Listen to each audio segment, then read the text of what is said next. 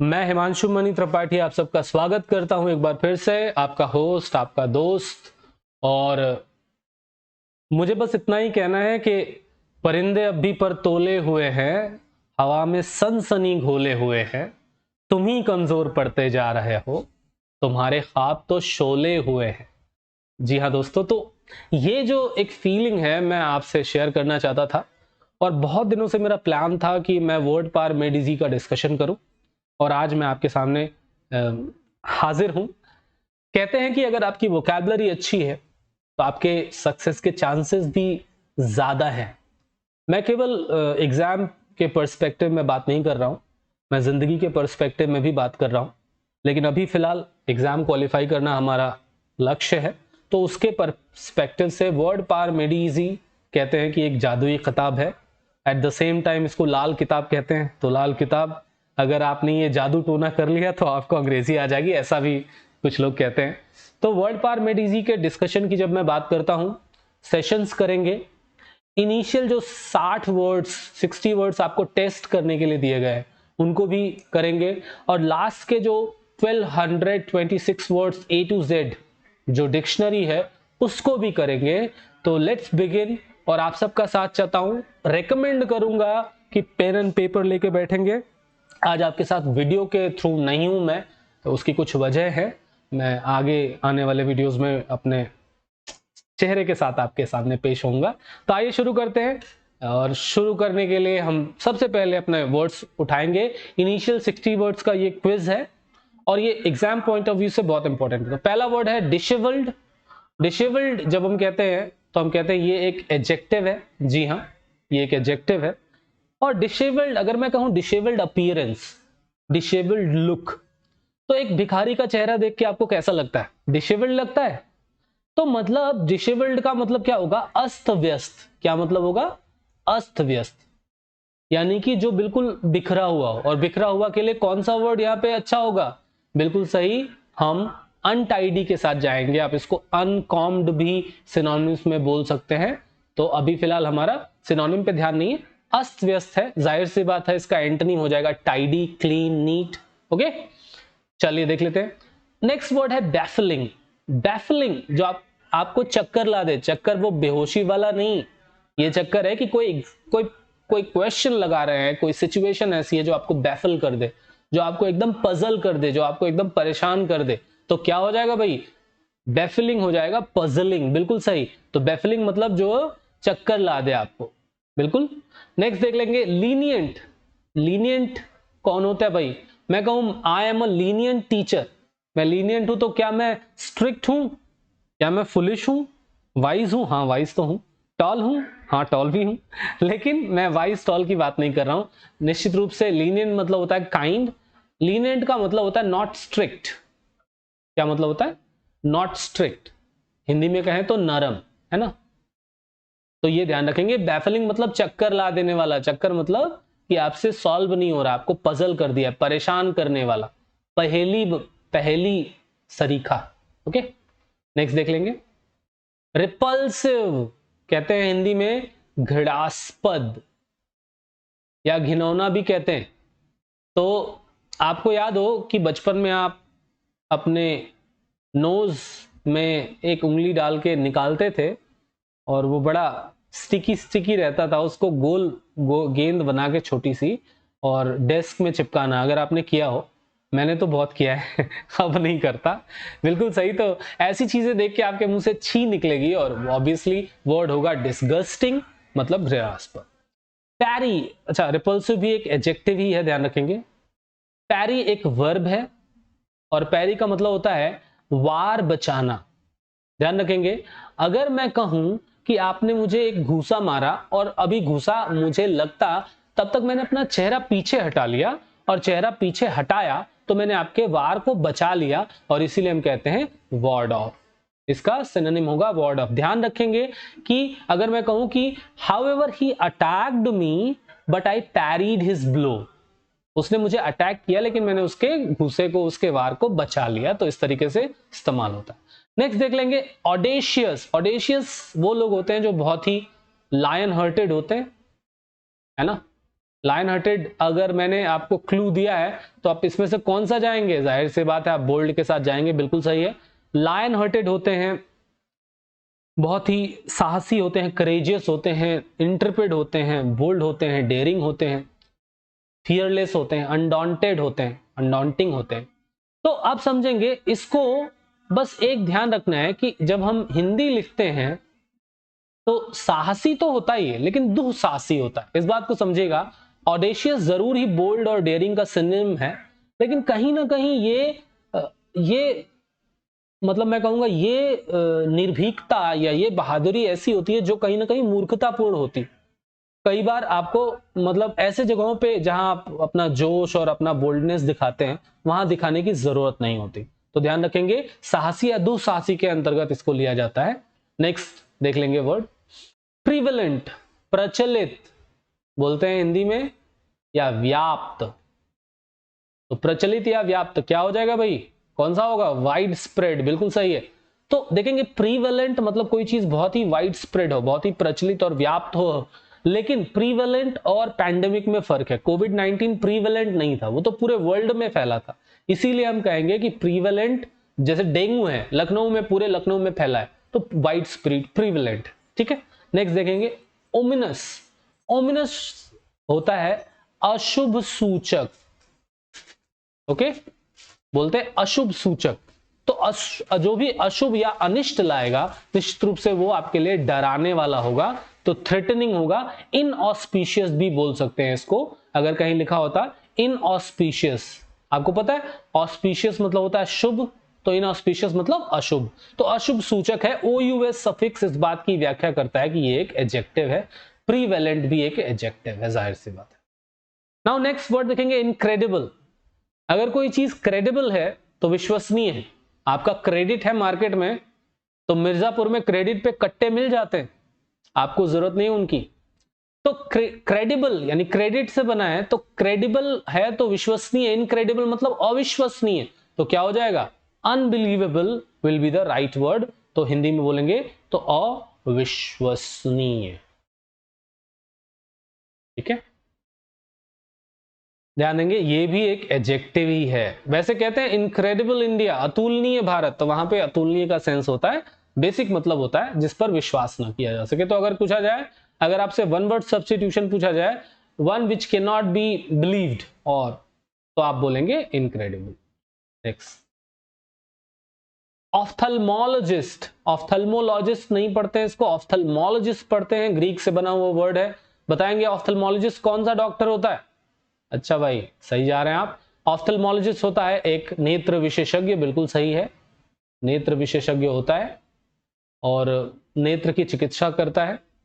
ध्यान रखेंगे ophthalmology department, अगर आप KGMC PGI में जाएं तो आपको ऑफ्थल्मोलॉजी डिपार्टमेंट भी मिलेगा, मतलब नेत्र विभाग। ऑफ्थल्मोलॉजी जहां नेत्र की पढ़ाई होती हो, लॉजी का हमेशा मतलब स्टडी से होता है, तो ऑफ्थल्मोलॉजिस्ट। अब ध्यान देंगे इसी को लैटिन में बोलते हैं ऑक्यूलिस्ट। ध्यान रखेंगे ऑक्यूलिस्ट भी बोलते हैं, तो ऑक्यूलिस्ट का मतलब भी आई डॉक्टर होता है। कई एग्जाम्स में ऑक्यूलिस्ट पूछ लिया गया। ठीक है, नेक्स्ट देख लेंगे सुपरसीड। मैंने कहा नए नियम पुराने नियमों को सुपरसीड कर देंगे। क्या कर देंगे? सुपरसीड कर देंगे। तो जाहिर सी बात है, बिल्कुल आपने सही सोचा, स्थान लेना या स्थानापन्न कर देना। तो रिप्लेस या टेक द प्लेस ऑफ। और नए नियम पुराने नियमों को क्यों रिप्लेस करेंगे? क्योंकि पुराने नियम क्या हो गए हैं?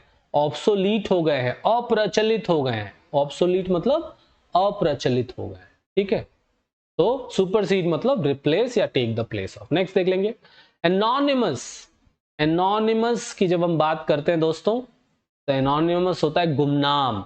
आपको कोई एनोनिमस खत मिला, कोई एनोनिमस लेटर मिला जिसमें कुछ पैसे भी थे, आपको बड़ी खुशी होगी। आपको एक एनोनिमस डोनर मिल गया। मैंने देखा है कि लोग मंदिरों में दान देते हैं, लोग स्कूलों को दान देते हैं, और जब उनसे पूछा जाता है कि अपना नाम बताइए तो वो नाम नहीं बताते, तो कहते हैं कि एनोनिमस डोनेशन मुझे मिला। ये भी एडजेक्टिव है, जाहिर सी बात है, एडजेक्टिव है। सुपरसीड वर्ब है, ऑफ्थल्मोलॉजिस्ट एक नाउन है। ठीक है, तो गुमनाम मतलब one whose name is not known, बिल्कुल सही ऑप्शन है। नेक्स्ट देख लेंगे ऑटोप्सी। भाई किसी का एक्सीडेंट हो गया, कोई गुजर गया, पास अवे, मर गया, गुजर गया, तो उसके बाद अगर असमय मृत्यु होती है तो हम लोग क्या करवाते हैं?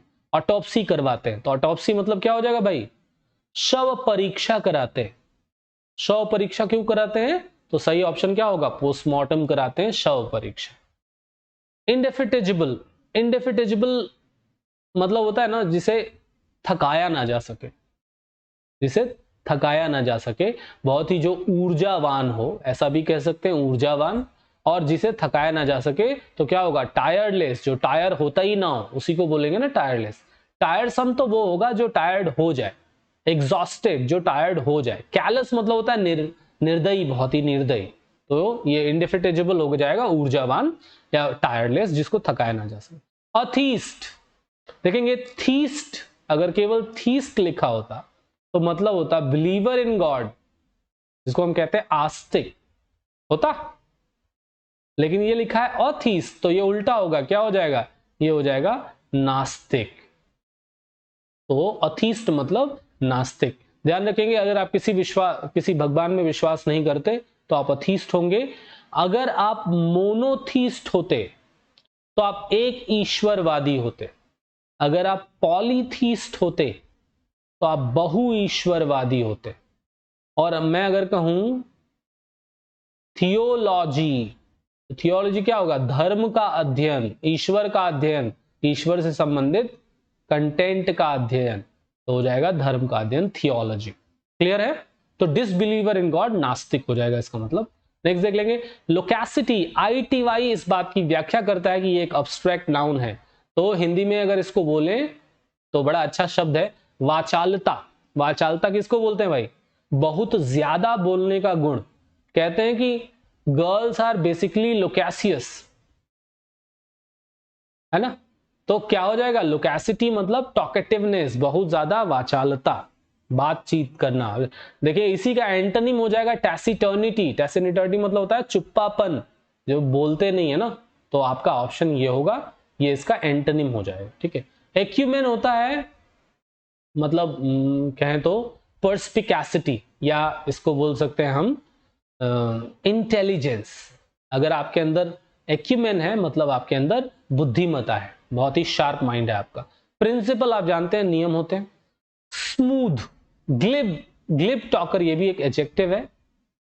तो ग्लिब मतलब होता है स्मूथ या हनी टंग्ड, या जो बहुत ही ना सतही हो। कभी कभी ग्लिब टॉकर आप ऐसे समझिएगा, ग्लिब टॉकर, अगर कोई ग्लिब टॉकर है तो उसके पास धारा प्रवाह तो है। इसको हिंदी में कई बार लिखते हैं धारा प्रवाह, या लिखते हैं सतही। सतही मतलब जिसका नॉलेज बहुत सुपरफिशियल, बहुत ही शैलो हो। तो कहने का मतलब है कि जो ग्लिब टॉकर्स होते हैं वो बोलते तो बड़ी चिकनी चुपड़ी हैं, बट उनकी बातों में गहराई नहीं होती, सतही बातें होती हैं। तो इसलिए ग्लिब टॉकर हमें नहीं बनना चाहिए, हमें बहुत ही एक नॉलेजेबल व्यक्ति के तौर पर आना चाहिए। नेक्स्ट देख लेंगे इनकरेजिबल। इनकरेजिबल भाई ऐसे बोलते हैं असुधार्य, जिसको सुधारा ना जा सके। तो क्या हो जाएगा? Which can not be corrected. अगर कोई मिस्टेक इनकरेजिबल है तो उसको सुधारा नहीं जा सकता, बिल्कुल सही। नेक्स्ट देख लेंगे ऑक्यूलर, क्या हो जाएगा? किससे संबंधित?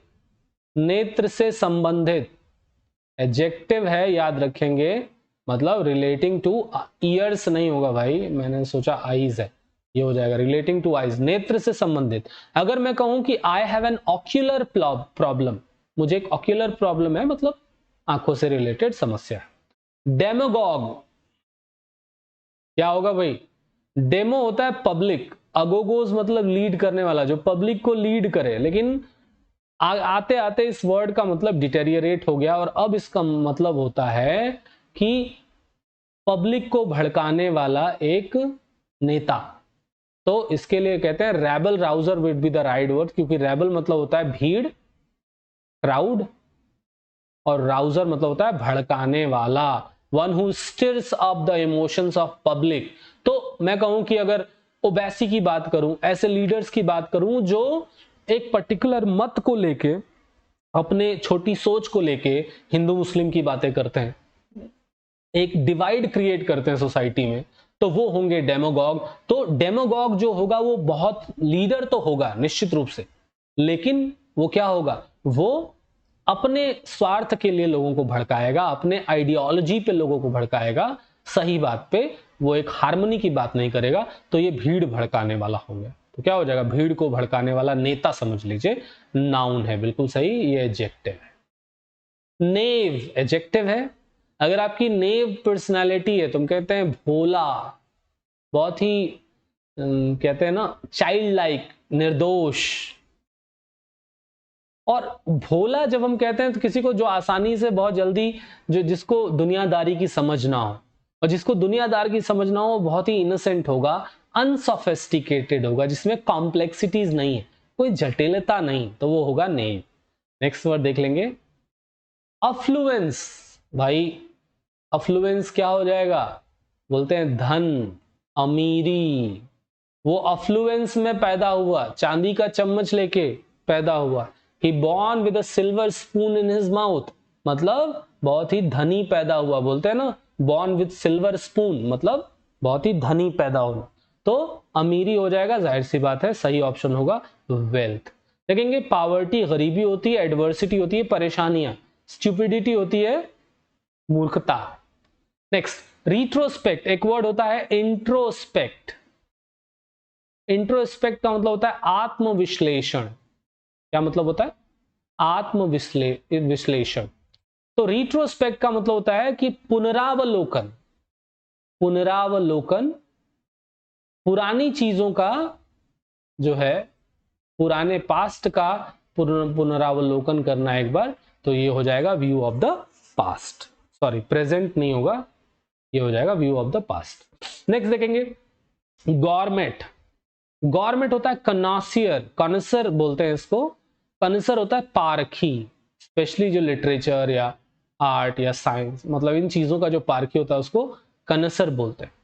अब कनसर ऑफ गुड फूड और वाइन, ग्लटन, रेक्लूज, अरोगेंट। तो गवर्नमेंट एक नाउन है और इसको हम कहते हैं कि ये पारखी होता है अच्छे खाने और अच्छे वाइन का, अच्छी शराब का। तो गवर्नमेंट होता है जो स्वाद लोलुप होता है, एक तरह से कह सकते हैं। तो ये जो है ऐसा व्यक्ति जो अच्छा खाना, अच्छी शराब पसंद करता है, उसको बोलते हैं।